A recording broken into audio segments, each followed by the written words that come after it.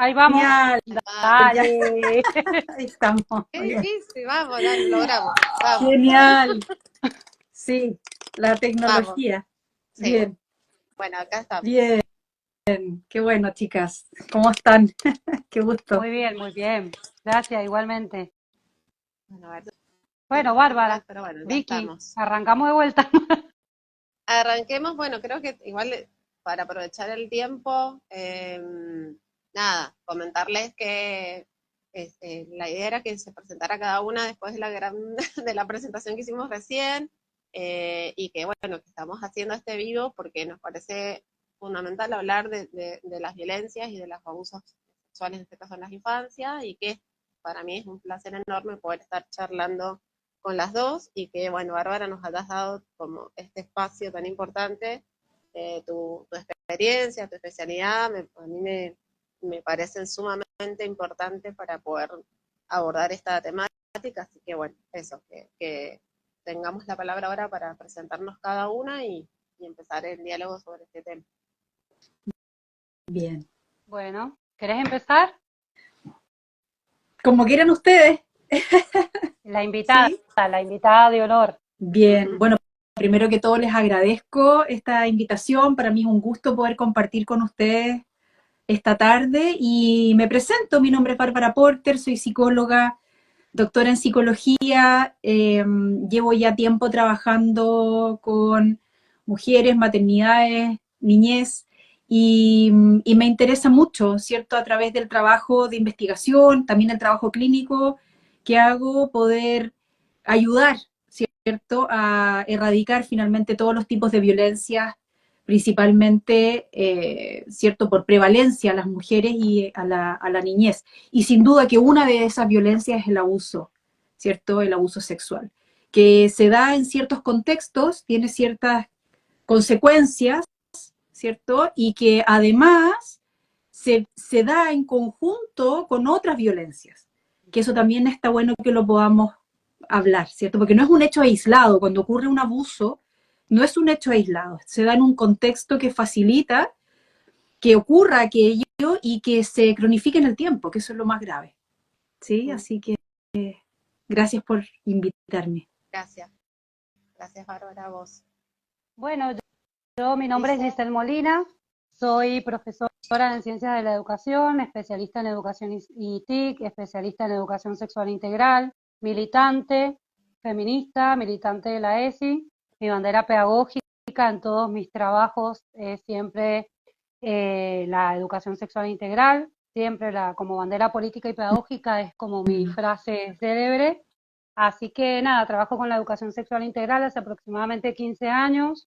Hemos tenido posibilidades de trabajar y dar mucha formación en universidades, organizaciones sociales, escuelas, talleres, dentro de la provincia, dentro del país y también en el exterior, como en Perú, Venezuela, México. Así que nada, esto de los vivos me da algo de nostalgia. Lo hacía mucho durante la pandemia. Sabemos Mm, que para quienes somos mente inquieta necesitábamos hacer algo, así que en ese momento fue cuando explotó y bueno, ahora está complicado tomarse esos tiempitos para poderlo hacer, pero sí que valioso esto de encontrarnos, de hacernos un tiempo también mm, para la educación, para que llegue a todas las personas que más puedan y también, por supuesto, para la militancia, que esto es pura y exclusivamente porque creemos en la educación sexual, porque creemos en garantizar derechos, creemos que podemos terminar con educación, todo esto que estaban mencionando mm. recién. Así que bueno, eso, estoy muy agradecida también que Hugo me haya invitado. Gracias. bueno, muchísimas gracias a las dos. Bueno, volver a decirles que, porque esto no va a salir en en esta en vivo desde tu canal, desde tu red, que entonces desde el observatorio tenemos la inquietud y digamos, como la gran preocupación de poder hacer visibles todas las violencias que están vinculadas a las violencias de las mujeres y en particular a la violencia sexual, porque es la que tiene que ver y es base fundamental, digamos, para poder comprender la violencia obstétrica. Y en ese marco vamos a empezar con algunos vivos, y este es el primero que estamos haciendo, así que bueno, por eso también algunas cuestiones técnicas que están apareciendo. Yo quiero como aclarar también que en este vivo yo voy a estar más que nada como militante, más allá de mi experiencia en el trabajo de la violencia obstétrica y de mi formación profesional, que soy socióloga y que vengo trabajando mucho el tema de las violencias sexuales y de los derechos sexuales reproductivos y no reproductivos. Pero bueno, la idea es justamente que Giselle, que es está especializada concretamente en lo que es educación sexual integral, sea como nuestra gran colaboradora en este diálogo en cuanto a los conocimientos específicos. Por eso los vivos los vamos a hacer de esta manera, como conversar. Nosotras generar el espacio de conversación, invitando siempre a alguien que tenga mucha formación sobre esto para que nos colabore en el diálogo y que el diálogo sea principalmente poder resolver algunas dudas, aclarar análisis sobre, en este caso, el abuso sexual infantil con Bárbara. Bueno, por ahí muchas preguntas, pero bueno, básicamente para poder comenzar, Bárbara, un poco lo que habíamos hablado antes, lo que yo te venía contando, es que nos interesa como poder ir aclarando, ¿no? De qué hablamos cuando hablamos de abuso sexual en las infancias en relación a cuáles son las condiciones que lo posibilitan y que obviamente en esto, como vos decías recién, está enmarcado en muchos aspectos que hacen posible que suceda, ¿sí?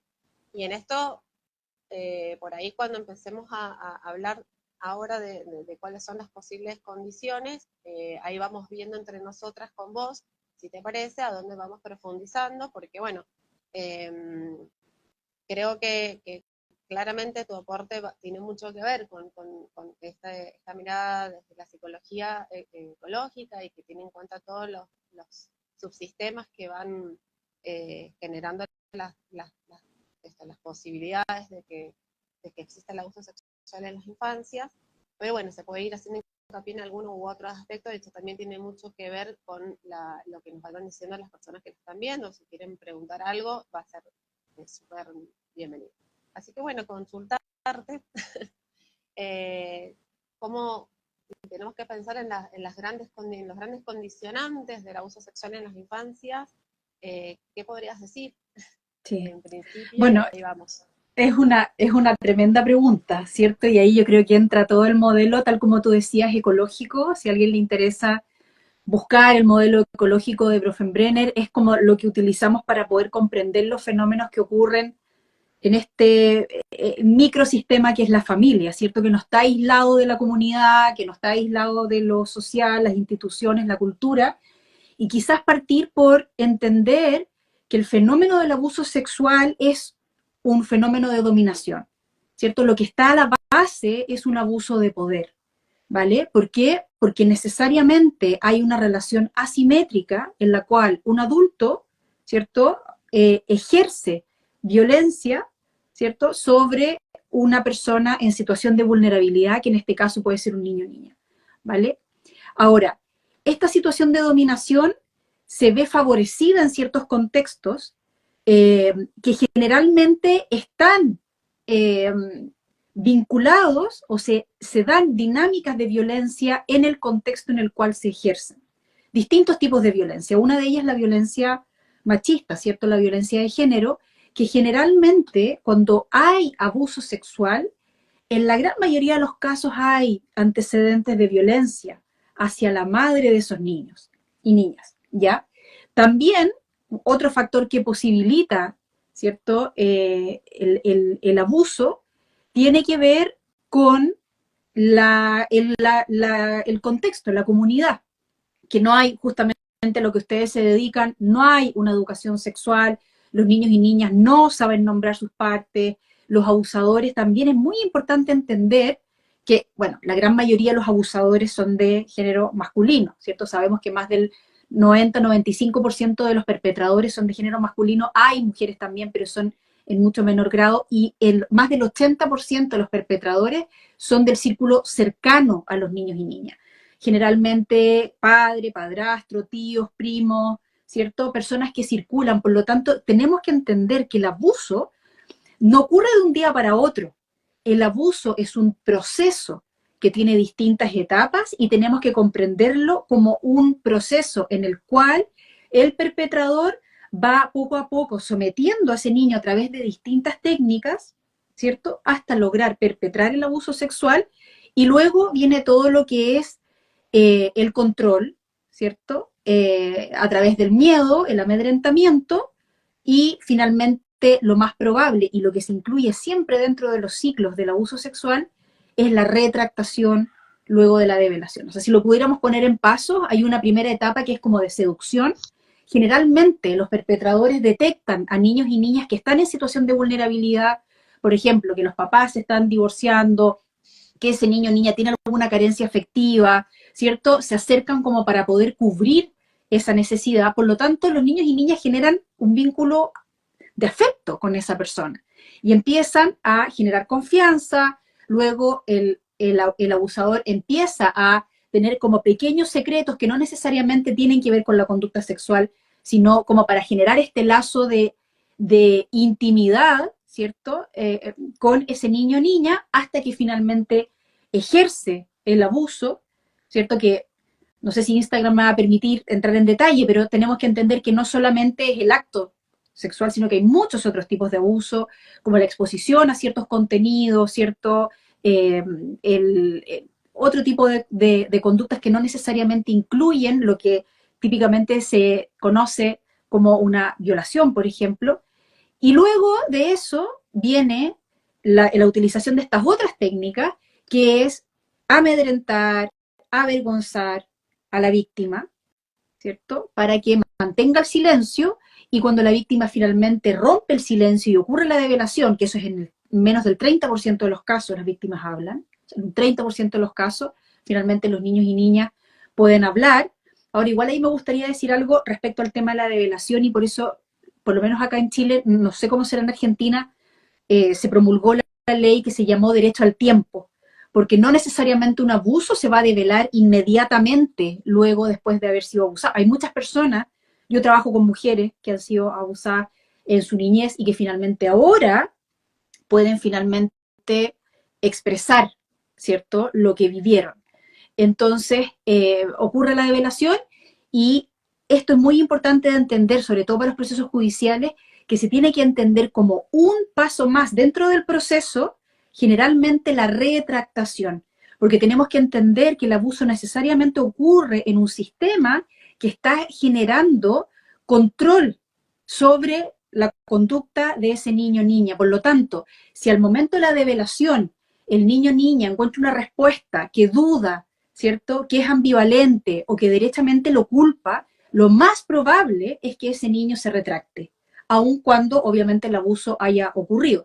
Y aquí tenemos el rol de las instituciones, ¿cierto? Que muchas veces cuando los niños y niñas o las madres van a buscar ayuda, lo que encuentran de parte de las instituciones es violencia institucional, ¿cierto? Y aquí viene el rol cultural, social, que tiene este sesgo androadultocéntrico, que tiende a creer, ¿cierto?, al hombre adulto, el testimonio de un hombre adulto va a valer más que el testimonio de un niño, ¿cierto?, que tiende a tacharse como inoculado por la madre, como parte de una campaña de difamación, ¿cierto? Y ahí hay que tener mucho ojo, porque este es el típico discurso que tienen algunas personas, algunas organizaciones incluso, para deslegitimar los pedidos de ayuda de los niños y niñas que han sido abusados, aludiendo al falso síndrome de alienación parental, que me imagino que ustedes lo conocen, ¿cierto? Sí, sí. Y que básicamente es una campaña para deslegitimar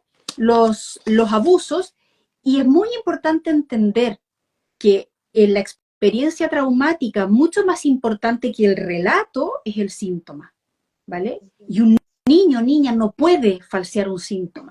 Es muy poco, es muy improbable que un niño o niña con la capacidad cognitiva, ¿cierto?, de las funciones que pueda organizar, pueda planificar, ¿cierto?, una actuación que logre engañar a un experto respecto a sus síntomas, y además mantener eso en el tiempo. Yo he visto casos acá de niñas que han sido abusadas y que a lo largo de los años van manifestando síntomas que son completamente coherentes con el abuso por mucho tiempo, y aún y todo no les creen, ¿vale? Entonces, ahí tenemos varias cosas. Uno, como para resumir, que el abuso no es un hecho aislado, sino que es un proceso que tiene distintas etapas, que ocurre en un contexto que lo facilita, un contexto familiar, un contexto comunitario, cultural, social, institucional, y que lamentablemente cuando el niño o niña llega a develar, que es el 30% de los casos, o sea, el 70% pasa a ser como la cifra negra, que nunca nos enteramos, ¿cierto?, de los abusos. En la gran mayoría de los casos, en lugar de encontrarse con instituciones que protegen a ese niño, niña y al adulto protector, que en la gran mayoría de los casos es la madre protectora, ¿cierto? Que ya es como una categoría política, ¿cierto? La madre protectora es la que defiende al niño o niña en contra, ¿cierto?, de toda esta violencia institucional. Finalmente se encuentran con la deslegitimación y a veces una verdadera persecución, madres que incluso llegan a perder el cuidado personal de sus hijos e hijas por haber sido falsamente diagnosticadas como alienadoras. No sé si eso responde en parte. Sí. Mira, ahí yo, retomando un poco esto que acabas de decir como uno de los factores, pienso justamente la importancia de la develación en relación a poder analizarla no solamente desde el mecanismo de control que ejerce el agresor, sino también justamente en esto que vos mencionás de la cultura institucional y no institucional, ¿no? O sea, como esta desacreditación del relato de las infancias, esta mirada adultocéntrica, ¿no? Que está muy vinculada a las relaciones patriarcales, por supuesto, esa desacreditación del discurso materno, ¿no? Las mujeres son las protectoras, pero finalmente son las que primero son desacreditadas, y todo esto vinculado siempre a esa relación de poder patriarcal, ¿no?, que hay sobre las mujeres. Para mí queda como muy en evidencia cómo persiste tanto, digamos, la relación patriarcal cuando justamente queremos acompañar y queremos resolver, o queremos acompañar el proceso de salud de una situación de abuso sexual infantil, ¿no? Porque justamente te encontrás con todos estos obstáculos que están vinculados, creo yo, ¿no?, a estas relaciones de poder patriarcales, ¿no?, que se van haciendo claras con distintas conductas, ¿no?, como esta desacreditación, como decía, y la poca posibilidad de que sea valorado el síntoma sin esperar el relato o la develación, ¿no? A mí me parece esto como muy importante, por eso también pensaba recién que vos nos pudieras comentar bien cuáles son los síntomas más allá del relato, ¿no? Porque acá aparece en principio también esa desacreditación, ¿no? Cuando una mamá lleva a su hija o está pensando, está analizando que algo está pasando y que es raro y que no es una conducta que esté vinculada a algo que pueda ser explícito en entender la causa, hasta que no haya relato concreto de develación en general, no te toman, no te reciben en las instituciones. Entonces, el rol cultural, comunitario, el rol, digamos, de la comunidad en esto es fundamental, ¿sí? Para poder ir generando los cambios. Digo, las instituciones yo creo que van a cambiar en la medida en que nosotras, como comunidad, nosotras, las personas, vayamos generando estas aperturas, estas como presiones, ¿no?, al sistema, y por eso la importancia de hacer visible esto, ¿no?, entre todos nosotros. Entonces, bueno, ¿qué síntomas podrías ir mencionándonos en relación a las características que se están presentando? Sí, lo primero que creo que es importante entender es que la memoria traumática no es igual a la memoria no traumática. Y esto es algo que el sistema judicial parece desconocer, ¿vale? Esto no es algo reciente, hay investigaciones que muestran, afortunadamente la neurociencia ha ido desarrollándose a pasos muy agigantados en los últimos años, pero es como que el sistema judicial todavía no logra captar eso en los procesos judiciales.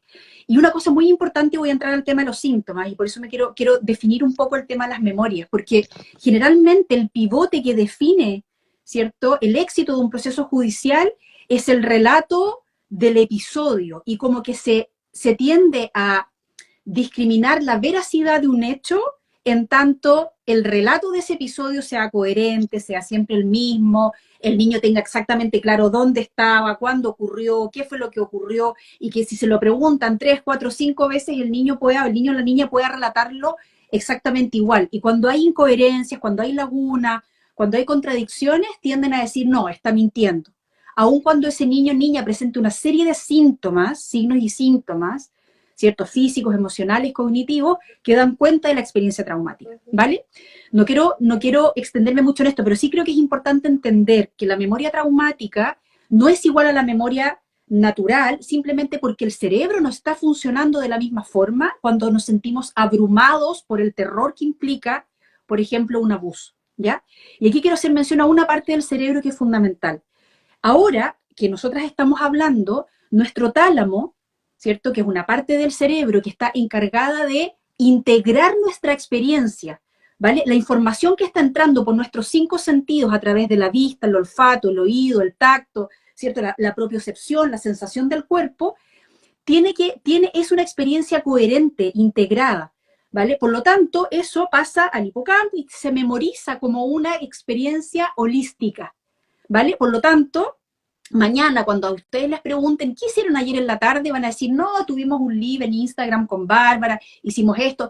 ¿Y qué hiciste antes? No, antes me tomé un mate, luego hice el live y después seguí trabajando. Vas a tener una noción temporal, ¿cierto? Somática, cognitiva, emocional, integrada. ¿Se entiende lo que estoy diciendo? Ahora, cuando vivimos una experiencia aterradora, es tanta la adrenalina que secretamos que el cerebro no funciona de la misma forma. Y uno de los cambios que ocurre en una situación traumática es que el tálamo se satura y deja de funcionar igual. Por lo tanto, no somos capaces de integrar la experiencia.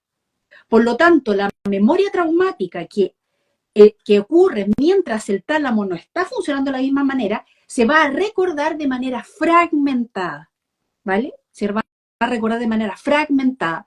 Por lo tanto, la memoria episódica de a mí me ocurrió en la casa de mi papá, que cuando estábamos comiendo en la noche, eso en la gran mayoría de los casos no existe. O existe una versión muy alterada de lo mismo, justamente porque no estaba en mis capacidades mentales en ese momento para poder integrar la experiencia como algo coherente. ¿Qué es lo que se va a recordar? No la memoria explícita y episódica, sino que se va a recordar lo que llamamos la memoria implícita, que es lo que entra de manera inconsciente, ¿cierto? Y que se guarda de forma procedural y emocional. La memoria procedural es cómo hacemos las cosas, ¿vale? Voy a poner un ejemplo. Cuando tú aprendes a andar en bicicleta, tu cuerpo aprende a andar en bicicleta. ¿Se entiende? Y cada vez que te subes a la bicicleta no tienes que recordar las instrucciones. ¿Se entiende? Tú te subes a la bicicleta, empiezas a pedalear, mantienes el equilibrio y puedes andar. Esa es la memoria procedural, ¿vale? En las experiencias sexuales existe memoria procedural. ¿Se entiende? Por todas las sensaciones que están asociadas a esa experiencia. También existe una memoria emocional, ¿ya? ¿Cómo me sentí en ese momento? Entonces, ¿qué es lo que pasa? Que puede existir sensación y emoción sin un recuerdo, sin un referente episódico, ¿vale? Te voy a poner un ejemplo que quizás ustedes han visto. Mujeres, ¿cierto? Adolescentes o adultas que inician su vida sexual y en ese momento, cuando su pareja las toca, se sienten paralizadas, se sienten aterradas, tienen ganas de salir corriendo, sienten asco, sienten rechazo y no logran explicar por qué les pasa eso con su pareja, si es que ellas quieren a su pareja.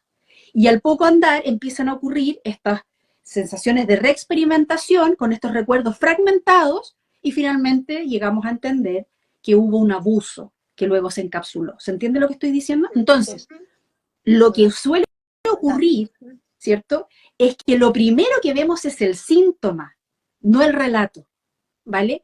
Más aún en los niños y niñas cuyo desarrollo cerebral está en curso. No hay una corteza prefrontal formada que pueda articular, ¿cierto? Como podría ser en una adulta, y que además el área de Broca, que es la relacionada con el lenguaje, también queda por decirlo en simple, desconectada del sistema. Por lo tanto, el hecho de que un niño o niña pueda poner en palabras una experiencia traumática es prácticamente imposible, ¿vale? Acá en Chile, menos del 5% de los casos que llegan a ser denunciados por abuso sexual llegan a tener condena. Claro. Justamente una de las grandes limitantes es esta, porque la veracidad del hecho se pone casi únicamente en el relato del niño. Yo he visto, conozco casos de niñas abusadas de 5 años que entran a hablar con la fiscal, que es como el persecutor, ¿cierto? El que está encargado de investigar, y la fiscal le dice, bueno, ¿y qué pasó en la casa de tu papá?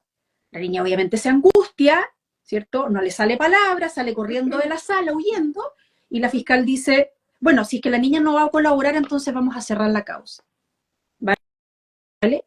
Y dejamos de ver el daño, ¿cierto? Que se expresa a través de, y aquí voy a ir a los síntomas, que van a ir cambiando según las edades.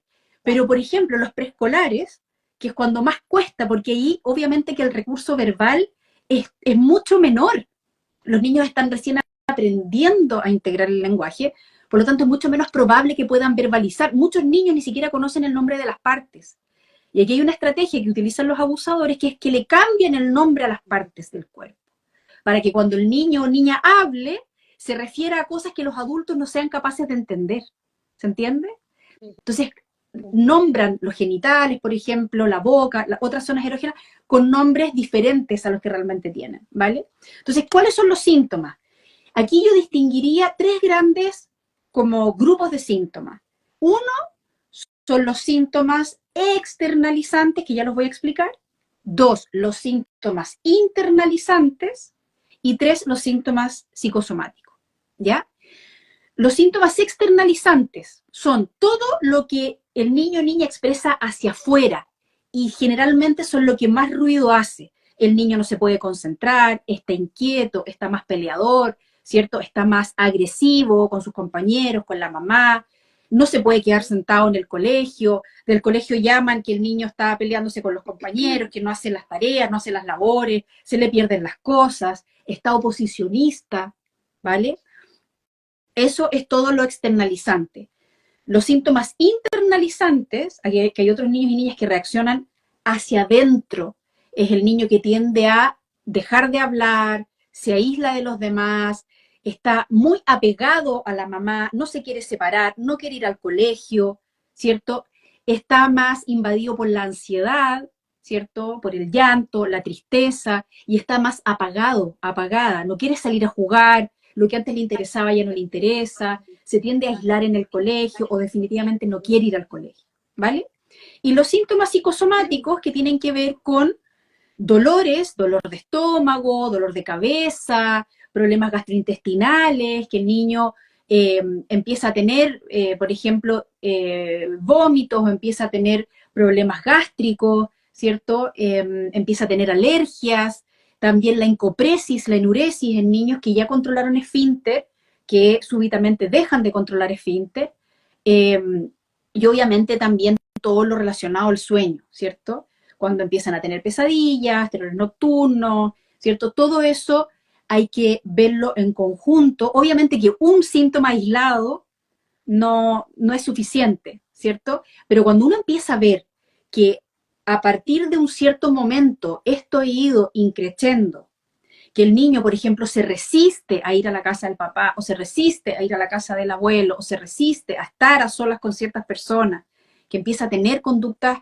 ¿cierto?, de aferramiento con el cuidador que considera seguro, que en general es la mamá, ¿cierto? Obviamente que hay que poner atención, ¿ya? En los adolescentes, en los preadolescentes y adolescentes se incorporan otro tipo de conducta que generalmente tiene que ver con conductas de riesgo, ¿cierto? Conductas autolesivas, como cortarse, por ejemplo, quemarse, y también con consumo de sustancias, que justamente todo lo que buscan estas conductas, ¿cierto? Las conductas autolesivas y también el consumo de sustancias, tiene que ver con buscar regular estas emociones, ¿cierto? Que probablemente le produce esta situación del abuso. Que tenemos que entender que lo primero que vamos a tratar de hacer todos los seres vivos, cuando nos vemos en una situación de amenaza, va a ser huir de la situación de amenaza o luchar, ¿ya? Cuando tú ves una cebra que está en la sabana africana y aparece una leona, lo que va a hacer la cebra, que se va a encender el sistema de alerta biológica, se va a secretar mucha adrenalina y va a preparar su musculatura, su sistema circulatorio, nervioso, cierto, respiratorio, para salir corriendo a toda velocidad. O bien, en otro caso, ¿cierto? En animales que son similares en cuanto a peso, en cuanto a fuerza, van a entrar en pelea para poder defenderse. Un niño pequeño no puede ni luchar ni huir. Por lo tanto, lo más probable es que va a activar la tercera forma de defensa que tenemos, que es congelarse, ¿vale? Y ahí también entran todos los síntomas disociativos. Síntoma disociativo es aquel en el cual finalmente la mente entiende que no, el cuerpo no puede huir, por lo tanto huyo con la mente. ¿Cómo se ve esto en un niño? El niño tiene la mirada perdida, se queda como en blanco, en el colegio empiezan a decir, este niño está en las nubes, parece que está en otro planeta. También a veces las mismas personas después dicen, es como que estaba en una película, como que me salí del cuerpo, como que no sentía nada, ¿vale? Entonces, todos esos síntomas están indicando, ¿cierto?, que hay una amenaza grave que ese niño o niña percibe en su entorno, ¿vale? Y por lo tanto hay que poner ojo. Bien, bien, bien, gracias, Bárbara. Y también yo, habíamos estado observando que uno de los síntomas o conductas es la expresión de la excesiva dependencia de una de las figuras protectoras, ¿no? Como un indicador, Sí. más que síntoma, ¿no? Un indicador conductual. O sea, cuando aparece de repente esa excesiva dependencia con una persona de protectora, también hay que prestarle atención, ¿no? Sin lugar a duda, o sea, piensa tú que todos los mamíferos tendemos a apegarnos, más aún el mamífero humano, que nace completamente dependiente. O sea, el mamífero humano, ¿cierto? Por una necesidad de supervivencia, va a tender a apegarse al cuidador, que en general es la madre, ¿cierto? La cuidadora, para poder sobrevivir. Y la conducta de apego se juega en los momentos de estrés. ¿A quién recurre ese niño cuando se siente en peligro? Por ejemplo, si tú vas a una plaza, ¿cierto? A un lugar de juegos y está tu hijo ahí jugando, si es que hay un apego seguro, el niño probablemente se va a alejar para jugar, porque se activa el sistema de exploración, ¿vale? Pero ¿qué pasa si viene un perro ladrando? ¿Cierto? Se va a activar el sistema de apego y el niño va a correr hacia la madre, porque ahí se siente seguro. ¿Se entiende? Entonces, el vínculo de apego se juega en los momentos de estrés. ¿A quién acude ese niño cuando se siente amenazado? Obviamente que si el niño está siendo abusado, va a arrancar de la persona que le abusa para ir al que considera un puerto seguro. Y que sabemos que en la mayoría de los casos es la madre, ¿vale?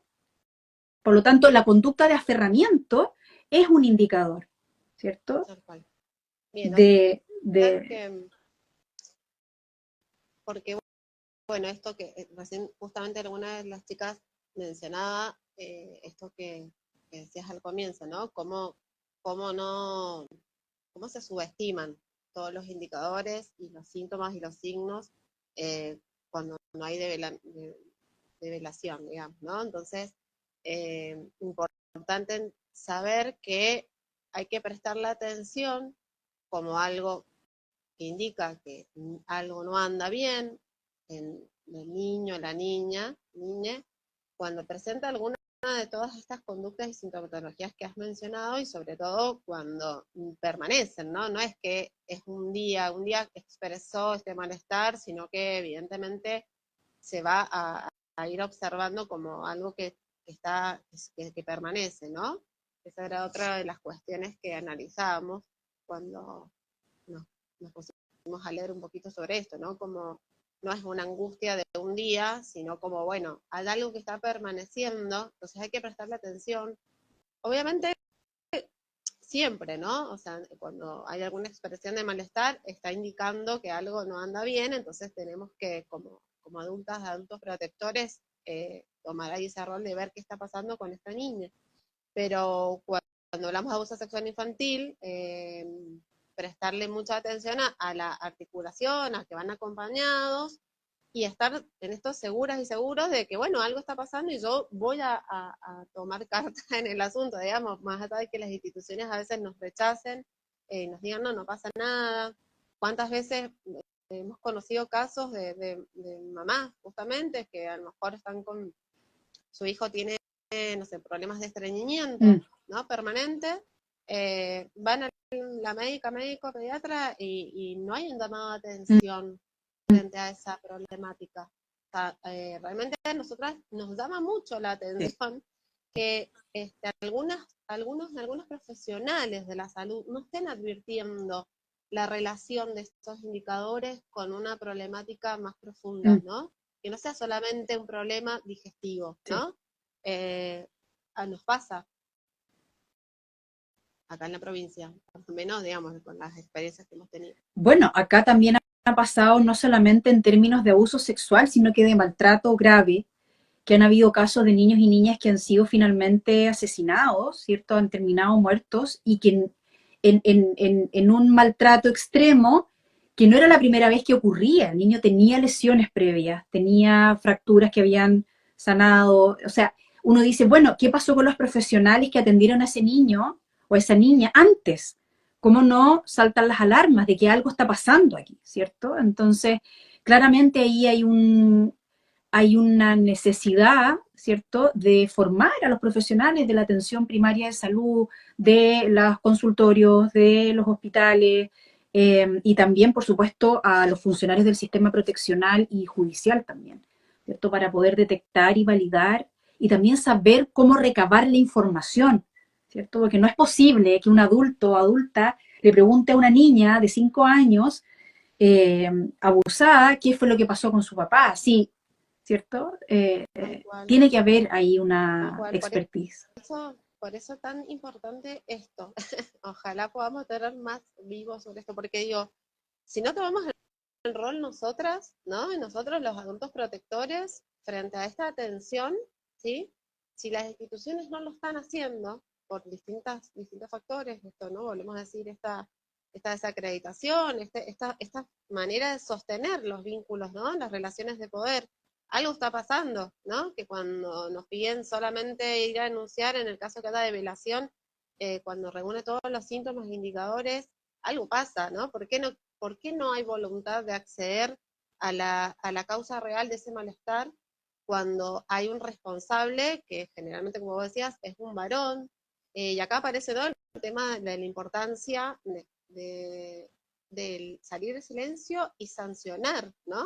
Esto de mostrar la necesidad de que estas conductas sean sancionadas, no solamente acompaña la salud, digamos, la reparación de esos acontecimientos y de esa vida, sino que hace a otra sociedad también, ¿no? O sea, porque yo pensaba la otra vez que importante volver a mencionar algo que a veces es tan obvio, que es la necesidad de poner límites. O sea, sabemos que son necesarios los límites en la construcción de la identidad en las infancias, pero cuando hablamos de las relaciones sociales y vemos que justamente la impunidad tiene que ver con la ausencia de límites, es decir, a aquella persona que ejerció una conducta violenta y abusó, en este caso, de un niño o una niña, tiene que ser sancionada. Si no se sanciona, ¿cuál es el mensaje, no?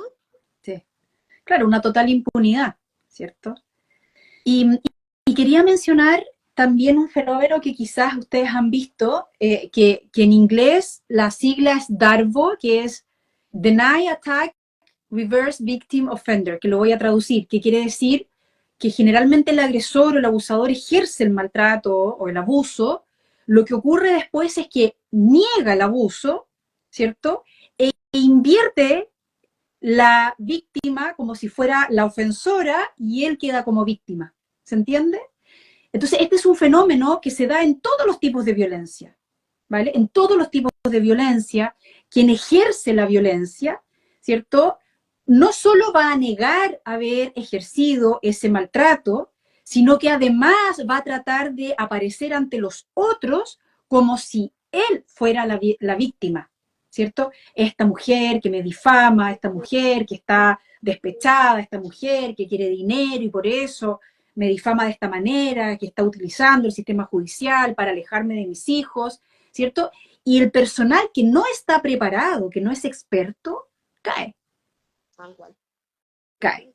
Y les Pero cree, porque cae, generalmente claro, van a pero acompañar... cae, ¿Sí? no, digo que cae por esto, ¿no? Cae porque todavía eh, hace falta mucho trabajo para fortalecer el relato de la verdad, ¿no? O sea, ¿a quién le vamos a creer? ¿No? O sea, ¿por qué le creen? En todo caso, si la otra persona reúne todas las condiciones, todas las características, todos los indicadores de que está, porque digo, cuando la verdad se hace presente, no hay dudas. El tema es cuando la justicia, ¿sí?, le cree al abusador, eh, está diciendo en realidad que está sosteniendo relaciones de poder que no quiere romper, ¿no? Yo creo ¿Sí? eso, yo creo que cuando la verdad se devela y no hay dudas. Y conocemos un montón de situaciones de abuso, en el caso, por ejemplo, acá en Mendoza, una situación muy grave, en el caso bueno, el caso Próbolo, digamos, donde costó muchísimo que se pudiera juzgar desde los indicadores y los síntomas, porque eran en niños que no podían construir un relato tal cual lo quería el Poder Judicial. Pero la verdad estaba clara, ¿sí? El tema es que en realidad la sanción tenía que, o sea, tenía que expresarse desde el lugar de, digamos, de darle la palabra a quienes han sido, en este caso habían sido sometidas y sometidos, y no eligen ponerse en ese lugar, ¿no? Es una cuestión política en este sentido. O sea, eligen Total. no quedarse con el lugar de la verdad, ¿sí? Eligen por algunas cuestiones muy complejas, o no, a veces, ponerse en el lugar de la persona que está ejerciendo el poder. Totalmente. Totalmente. Es que tenemos que entender que las instituciones están para replicar la cultura en la que estamos. Las instituciones no van a cambiar la cultura en la que estamos. Y la cultura en la que estamos tiene un sesgo adultocéntrico, ¿cierto? No estamos tan separados del pater familia. Nuestra cultura es heredera del pater familia, que en el Imperio Romano, hace 2000 años, hacía así, los niños vivían y hacía así, los niños morían. El filicidio, ¿cierto? Fue una práctica habitual hasta el siglo XII, en el cual un papa, que no recuerdo el nombre, creó el torno para que los bebés no deseados los llevaran a los monasterios y los dejaran ahí para que no siguieran matando niños y niñas. Entonces, no estamos tan separados de eso, y ahí hay otro sesgo que tienden a tener las instituciones, que es el sesgo familiarista, que es, aun cuando ese padre haya ejercido maltrato o abuso, es el padre y tiene que vincularse con ese niño, ¿ya? Dejando de ver que el primer derecho que se debe respetar es el derecho a vivir libres de violencia, ¿ya? Pero dicen, pero es que el padre tiene derecho a vincularse con el niño tiene derecho a vincularse con el padre, pero no si el padre ejerce abuso, no si el padre es una presencia dañina que está ejerciendo un daño, ¿cierto?, en ese sistema nervioso, y que además hay tanta investigación al respecto, Sí, que es ¿ya? obvio, ¿no? Que es como que parece a veces casi de sentido común y decís, ¿cómo puede ser? Si sabemos que no le está haciendo bien, ¿no? Bueno, y en esto Yo de las pensaba, instituciones, yo, perdón, sí, dale, Sí, Gise. Vicky, sí, No, yo no, pensaba en todo toma esto la que palabra. estaban, no, es que está re interesante lo que están diciendo, yo estoy anotando todo, pero pensaba en todo esto que ustedes estaban mencionando, lo que dice Bárbara cuando vamos a denunciar, cuando vamos a, a que las instituciones nos acompañen, instituciones judiciales y demás, pero yo también pensaba en todas las personas que no llegamos a esa instancia, en todas las personas en esta 70% que sí. mencionaba Bárbara, que recién mencionó que el 30 habla y el 70 no, pero quizás el 70 intentó hablar en algún momento y que no hubo una red de apoyo para ese contexto. Entonces eso, digamos, conocemos estadísticas que se denuncian, estadísticas que llegan a un lugar, pero ¿qué pasa con los lugares, las familias, donde esto ni siquiera está, eh, ni siquiera es un cuestionamiento, o sea, que es algo naturalizado, si se quiere, es una cuestión de abuso de roles que se viene dando de generación en generación, que después cuando una persona rompe ese ciclo, empezamos a investigar y empezamos a ver que no es la primera persona abusada en su familia y que muchas veces, cuando se dan el caso de hermanas, por ejemplo, si la mayor es la abusada o la menor es abusada, cuando habla no es por ella, sino que habla para proteger al resto de sus hermanos. Entonces, me quedo mucho pensando, y en el rol de la escuela también como institución, de la cual soy muy crítica, porque soy pedagoga, pero más crítica que pedagoga. Entonces, en pensar en qué hacemos en la escuela, porque he estado leyendo también los comentarios que nos están dejando, que agradezco un montón, que me ayudan así a pensar en todo esto. ¿Qué pasa en esas familias? ¿Qué pasa en esos lugares donde la única posibilidad que tiene esa infancia, esa adolescencia, es que le escuche una persona externa al lugar donde está siendo abusada? Porque hay una realidad, muchas personas no saben que lo que le hace su mamá, su papá, principalmente su papá, su padrastro, su tío, su hermano, está mal. No lo saben, porque está naturalizado, porque así se crió, porque eso eran juegos, que también hay una cuestión de juego que es para trabajar un montón, donde yo en los talleres de juegos y demás, siempre doy esa posibilidad de que quien quiera jugar juega y quien no, no, porque el juego también está muy asociado al abuso, porque siempre juegan con nuestro cuerpo, juegan con nuestras decisiones, juegan. Claro, cuando una persona va desarrollándose, va creciendo, el juego, te dicen juego y es una situación traumática. Sí. Yo no quiero jugar, a mí el juego me hace mal. Entonces poder resignificar el sentido del juego y demás me parece fundamental. Pero volviendo a la institución escolar principalmente, es pensar en que hay situaciones familiares donde no es fácil, no es fácil reconocer un abuso, ni para la persona que está siendo abusada, ni para la persona, para ninguna persona. Nadie quiere pasar por un abuso. Nadie quiere pasar ni en carne propia, ni que le pasa a alguna parte, ni como madre, ni como padre, ni como sadre.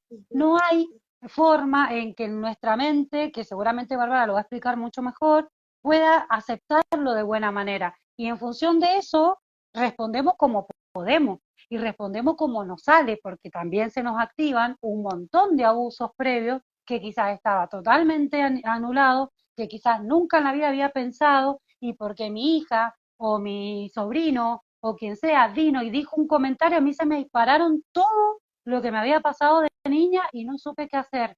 Miren, el tema del abuso es un tema muy delicado para trabajar en la educación sexual integral. Es extremadamente delicado porque nos toca fibras tan íntimas que si no nos ha pasado de manera personal, les ha pasado a alguien cercano y no es un tema muy fácil de poderlo charlar. No es tan fácil hablar de abuso en la escuela, pero que claramente es una decisión política y que es necesaria. Incluso muchas de las personas que militamos la ESI, lo hemos charlado y demás, hemos pasado algún tipo de abuso en la calle, en la familia, en la escuela, en la iglesia, y que porque esto mismo no queremos que siga pasando, es que militamos tanto la educación sexual integral. O sea, encontramos en la ESI una herramienta en que nos pueda llegar a proteger, acompañar, apañar, para poder seguir viviendo, encontrándole un sentido, encontrándole que, bueno, esta experiencia que me pasó la vamos a tomar como herramienta para poder trabajar por este lado. Pero pensaba en esto, en una familia donde no está, digamos, conceptualizado el abuso como tal, donde, bueno, pero si te hizo esto y no hubo penetración, entonces no es un abuso. ¿Cuántas infancias les han dicho a sus madres, Sí. como esta madre protectora que hablamos, che, mirá, el pa, me parece que o tu novio, tu pareja, o el chico que viene, me hizo tal cosa que no? Y hay una negación.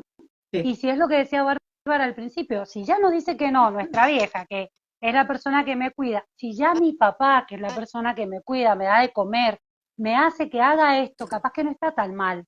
Hay toda una cuestión simbólica dentro de que la persona que me quiere no me puede hacer daño, ¿sí? Sí. Creemos eso, porque la verdad que nos ayuda a sobrevivir también.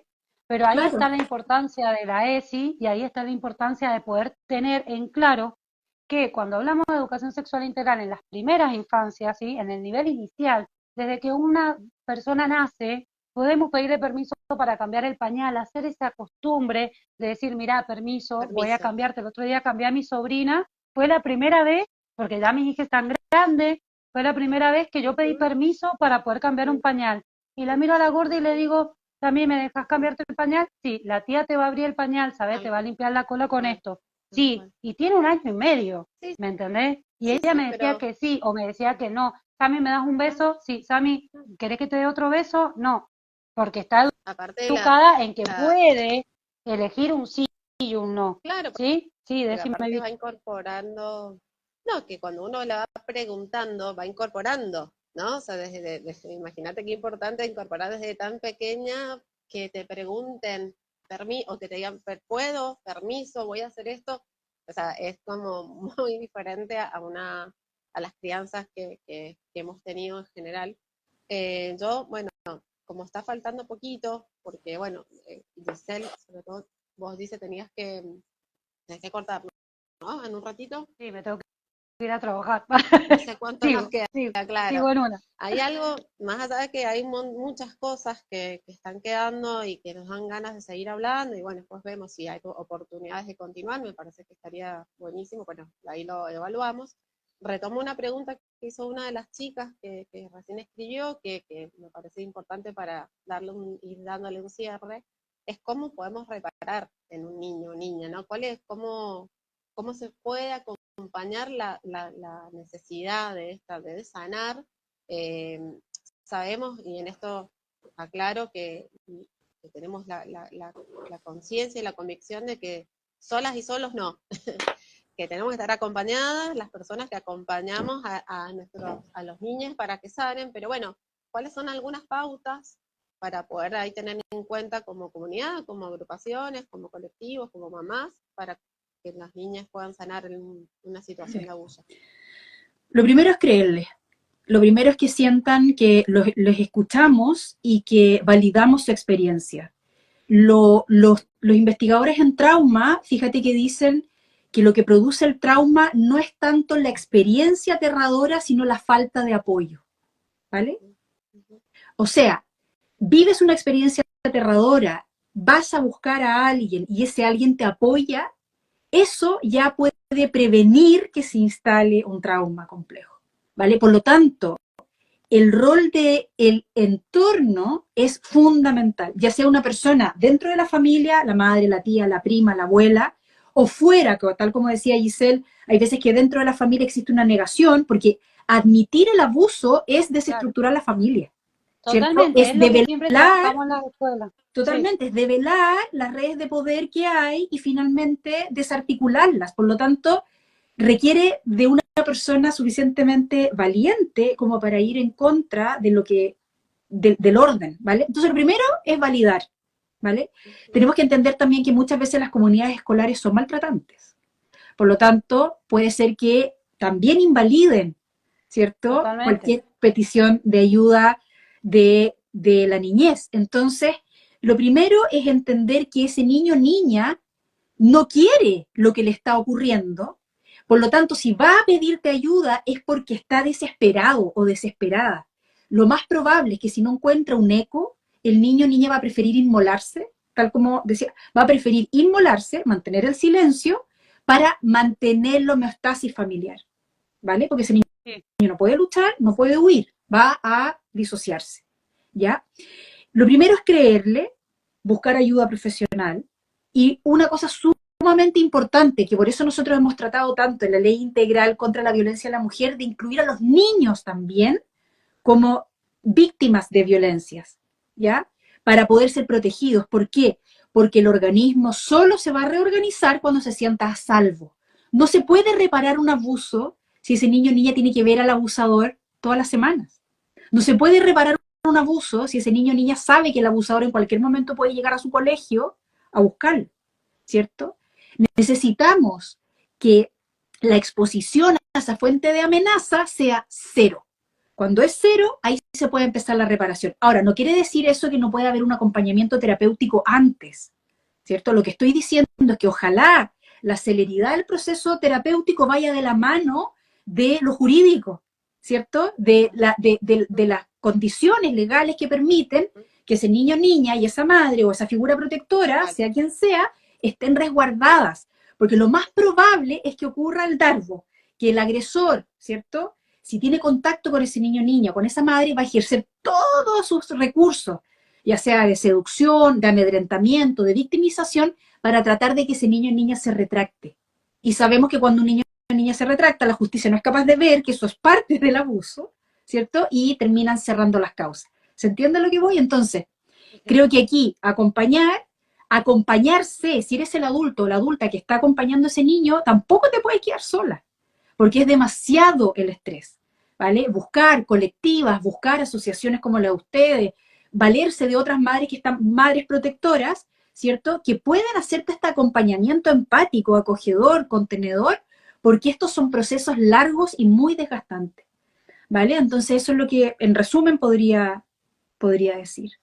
Sí, yo quisiera agregar que en esto mismo de que es tan difícil poder poner el cuerpo en esta situación de acompañadora, de acompañamiento, que por ahí genera una culpa eterna donde no nos movilizamos dentro de esa culpa. Quizás en algún momento de la vida alguien me contó esa situación y yo no supe responder y lo anulé, o sea, lo olvidé y acá no pasó nada y seguimos. Quienes venimos de una generación anterior a la ESI, quienes venimos desde esa más 30, más 20, la ESI ahora va a cumplir años en el año que es la Ley de Educación Sexual Integral en Argentina, que está del año 2006, cumple sus primeros 18 años, pero quienes venimos antes de eso, sabemos que quizás hemos intentado pedir ayuda y que quizás las personas que nos acompañaban no han sabido cómo responder, por esto mismo que decía Bárbara, de que se desestabilizaba tanto todo, y si esa mujer, pensemos en una madre, en una madre, si esa mujer no ha podido, porque también vivía en una situación de violencia, que era una violencia económica, porque ¿a dónde nos vamos? O sea, sí, está bien, está mal todo lo que está pasando, pero no, o sea, es todo un contexto. Quizás hablar a esa persona que se ha quedado con esa culpa de que se puede salir de esa situación, se puede reparar en la medida de lo posible, se puede dialogar, se puede, siempre todo con especialistas, con personas que puedan cuidar. Digo, el tema del abuso es un tema que nos paraliza. Yo actualmente recomiendo que cuando no podemos, salen todo el tiempo los abusos en la escuela. A las seños se lo dicen todo el tiempo, en los talleres de ESI lo dicen todo el tiempo. Entonces genera ahora una situación de shock que quizás a la docente que está en ese momento, a la madre que se lo dijeron en ese momento, se paralizó poder pensar y volver a eso. Quizás en ese momento se paralizó. Es como la pregunta que vos estabas haciendo la comida, además de dónde, cómo se hacen los bebés, ¿viste? La típica pregunta. Imagínate que venga tu infancia y te diga, me pasó tal cosa y la mujer se paraliza. O sea, pensar en que podemos generar algún acto de reparación, de podemos llegar a acompañar, pero que claramente primero lo tenemos que identificar, tenemos que saber que esto pasó, tenemos que tomar conciencia, que es lo que vos decías, Bárbara, de esta negación que también existe y de esta forma de protección de que acá no pasó nada, Dios te salve María, dijera esperando la carroza. Entonces, nada, poder politizar el abuso, ponerlo en palabra, hablarlo. Creo que las nuevas generaciones, las infancias, las adolescencias, tienen herramientas que las adulteces y adulteces mayores no tenemos, ¿sí? Que nos ha costado mucho romper eso, que ahora hay más libertad de poder hablarlo, porque antes eso era cuestión de un ámbito privado, estaba hasta estipulado así, o sea, las maestras no podían interferir en esa situación, porque era ilegal, era una cuestión de familia. Por eso. Había mucho más castigo quizás, pero sí, yo creo ahora que es una cuestión que tenemos que hablarlo.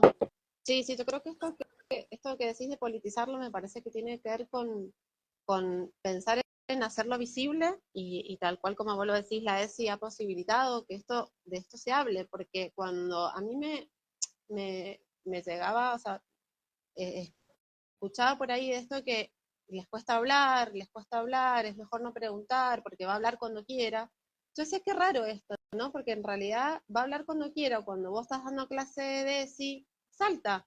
¿Y qué necesitas ahí entonces? Y la pregunta de un adulto a una persona que te está diciendo, está todo bien si hablas, ¿no? Vos podés sacar sí, generar un espacio de cuidado, generar un espacio de cuidado que se da en cualquier... O sea, no sale el dolor porque sí, no sale el dolor cuando yo quiero nada más, sale cuando yo puedo, ¿no? Cuando yo sé que hay alguien que me va a escuchar y que va entonces a responder frente a eso. No es un proceso terapéutico de, bueno, habla cuando quieras, no, hay que acompañar diciendo yo estoy acá, y por esto me parece que en esto de sacar las culpas, a mí también me resuena decir, sepamos que aparte del compromiso profesional, y sabemos que hay un montón, y de hecho yo quiero rescatar muchos profesionales, muchas que sí están comprometidas y que están queriendo hacer la diferencia en este sentido, porque si no, no podríamos ni tampoco trabajar dentro de la posibilidad de los cambios en las instituciones. O sea, yo quiero rescatar, por ejemplo, la área de la mujer del Poder Judicial acá en Mendoza, que trabajan re bien. Bueno, esto de hacerlo visible es fundamental. O sea, ya cuando puedes saber que hay otra persona que te va a escuchar y hay una comunidad o maestras o la directora que, o sea, ya salir un poco de este terror, ¿no? Casi del miedo a no decir lo que no lo vayan a decir, porque si no, ¿qué hago? Ya posibilita, ¿no? Que podamos empezar a curar, a reparar. O sea, el profesional, la institución es necesaria, pero si nosotras mismas, como parte de esta sociedad, no nos habilitamos el poder decirlo y salir del miedo y terror en el que nos han ubicado, difícil va a ser que empecemos a reparar. Y yo creo que ya eso es sumamente sanador. Empezar a hablar y decir, che, acá somos un montón, estamos juntas, no vas a estar sola. Y sí, hace falta terapia, hace falta la medida jurídica para sancionar y que esta persona no siga establando el vínculo con este niño, niña, pero eso lo vamos a hacer en la medida en que sepamos que no estamos solas, ¿no? Claro. Que haya alguien que te está acompañando. Sí. Bueno, no sé si quieren agregar algo bueno, en particular. No, agradecer a todos los comentarios que nos han estado haciendo, que han acompañado, afirmado y agregado info para este material. La idea es que quede grabado, lo vamos a intentar, ahora lo voy a tratar de publicar para que directamente ya quede grabado. Así que nada, etiquetar las cuentas y seguramente también voy a subirlo al canal de YouTube, que lo pueden encontrar en Por Más ESI. Por lo general, no todas las personas tienen Instagram y YouTube quizás también sea un poco más accesible. Sí, así genial. que nada, agradecerle a las personas que nos han acompañado el ratito que ha podido. Es un día laboral, un día muy de que todavía de trabajo. Yo particularmente me tengo que ir ahora a la escuela. Y eso, agradecerle a Bárbara, que no la conocía, así que mucho gusto. Y nada, con la Vicky que ya veníamos ahí manejando este vivo, y eso, de buscar redes de apoyo, de apañe, que no estamos solas, que si no tenemos a nadie dentro de la familia y no tenemos instituciones que nos acompañen, siempre va a haber una red de apoyo y somos un montón y cada vez somos más y que nos tenemos. Sí. Muchas gracias, chicas. Para mí un gusto compartir con ustedes. Encantada de más adelante. Siempre quedan cosas en el tintero, como que uno no alcanza a decirlo todo. Es un tema muy, muy necesario, así que pueden contar conmigo cuando quieran. Y ojalá que me pongan como colaboradora también en el live para que quede en mi muro y así pueda tener más gente lo pueda ver. Así que genial. Ahora muchas gracias. Bueno, muchas gracias, Bárbara. Que estén muy bien. Emocionada. Bueno, gracias. Manso, gracias. Estemos comunicadas entonces. Que estén muy bien. Un abrazo a Un abrazo. y a todas. Chao, chicas. Chao, chao. Gracias a todos que se sumaron.